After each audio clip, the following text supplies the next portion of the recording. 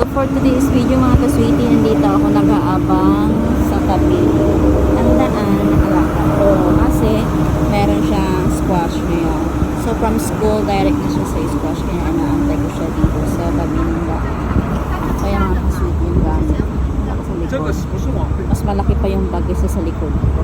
Alam naman si sweetie, laki ng bag. Maganda ang buhay ng kanyang dito sa Hong Kong. Sa nga gusto mag-apply ng Hong Kong.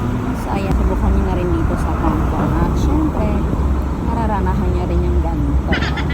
Pero masaya naman dito sa Hong Kong magtrabaho. Kaya tumagal ako na almost 6 years na po ako dito mga ka-sweetie.